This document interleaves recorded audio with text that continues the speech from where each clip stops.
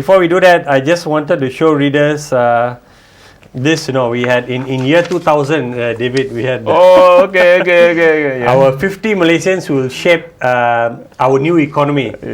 So it was a book that we only did a one-off. We expected it to be a yearly thing or once every 2 years, but it has not happened. So, and this year is the 10th year, so we didn't do one this year either. So maybe we'll do one next year again. But when we looked at you, what we had written was that you had a eureka moment when you realized the common thread running through business to business, to consumer, to government was shipping and fulfillment. And so you assembled, a team, and then you were IBM Malaysia's first e-incubating company too. And then you're still in the same business, right? You used to be called Ship and Track Sdn Bhd. It's now SNT, short form. SNT Global, right? Sdn Bhd. And but the thing is, you one of the questions you had was a local netpreneur that you admire, and you said none yet, but there will be soon. So 9 years later, let me ask you, is there any entrepreneur instead of netpreneur, right, in the ICT space that you admire? Are you referring to the local? Yeah, local, of course, local. The foreign. Local. No, I think a few has done well. There's in fact, one of them is even my counselor, like Ganesh Kumar, for example. I mean, he just celebrated his 30th birthday. Okay. He was also one of the youngest rated in the Guinness to have a listed company as a youngest to lead a listed company. I think he has done well. I think he has done well and he's growing. His business is growing. So I think Malaysia need more of such of course, absolutely. And guys who selected their own niche and focus on it. People like, for example, Bob Chua, for example, in Pulse. I think he is very focused in what he do. People like Mark who continue to do what he did 15 years ago, which is job portal.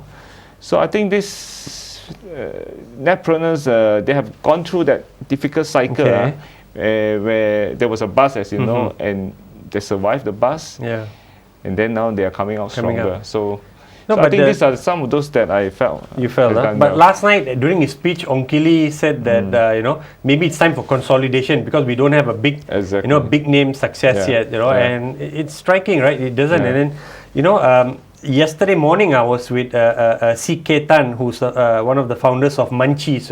It's this company selling biscuits, and it's in the food industry, right? They've in 11 years now. When they started in 1991 till now, they're at 400 million revenue, man. And I mean, you talk about fast track growth or whatever since 91, and I can't even think of an ICT company in the country that has anywhere near that kind of incredible growth, and it's a bit depressing too. It's just crazy, man. That's why we continue to ask ourselves, why aren't there an Infosys of Malaysia? And that was exactly what Dato' Max Ongkili would touch on yesterday during the Apita Award. And I think one of the way to move forward to that is through consolidation. But first of all, before consolidation, there got to be a base. The so-called anchor company that will kick off or proceed with this consolidation effort. But that base itself, if you look at some of those companies, and I do talk to some of these, they are actually not so keen. And that's one of those issues. They are very comfortable with what they have, what they're doing. Their expansion is 10% a year. They're making some money. So very contented. So I felt the hungry spirit. Frankly saying, it's not hungry enough, to scale, 5 times, 10 times bigger. 20 times, we're still talking single digit, 5-10 times. So I think it's very much to do with the some of these the CEOs and entrepreneurs who's running the captains of these ships, And I think if they can shift their mindset and think really big and say, I want to be the next Infosys, then I think there are ways, because the government is very supportive of anyone who wants to do that. So, but it involves a few people coming together and saying, let's merge, right? And so that it's a big entity. But as I said, before you even do that, I think a base needs to be there where the company should have the right process, the right people, the right talent, and then you can start going out and going through mergers or acquisitions. But the mergers and acquisition requires fundings, requires a resource. So, but that part of it in the ecosystem is also missing. The current funding that is available out in the market does not really focuses or does not really help with this consolidation. Why I say that? Because a lot of these funds, for example, I don't want to name some of the funds, but some of these funds, for example, VC funds, is meant to be a working capital fund. So it's not meant for acquisition. There's another fund from a government that is to support projects. Right? Like for example, MDB. MDB does a good job. Very good. They give out loan, but the loan is not for you to do M&A. It is for you to finance a project. And when you successfully complete the project, you're supposed to return back the fund. Of course. So, with a bit of interest. So there isn't really a funds out there to facilitate M&A or consolidation, which is something that I've been engaging the minister himself and his people to see how they can come up with some kind of a special fund to serve this purpose. So there got to be willingness from the players, and there got to be some also intervention from government, such as funds, that's available to do this.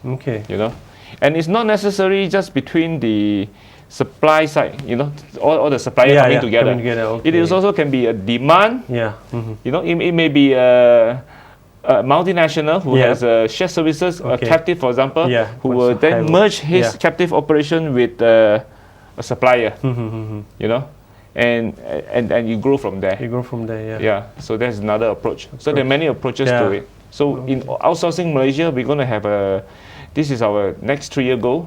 Our aim is to create 3 giants, so-called 3 really big players, So I haven't, this is because this is the first time actually I released some info on this because we intend to announce the 3-year plan next month actually. But since we have this privilege and invite from you, I must say that this is one of our number one priorities. Is to see how we can create at least 3 giants with a revenue size of at least more than 100 million each. Right? RM or USD? RM for start. And over this next 3-year period. And once you have an 100 million RM base, pure services outsourcing, for them to shift to move to a 300, 500, I think it's very possible through M&As. But you got to get to that size first. I got to get to that size first, Very good, very interesting. David, thanks a lot. Welcome. We're out of time.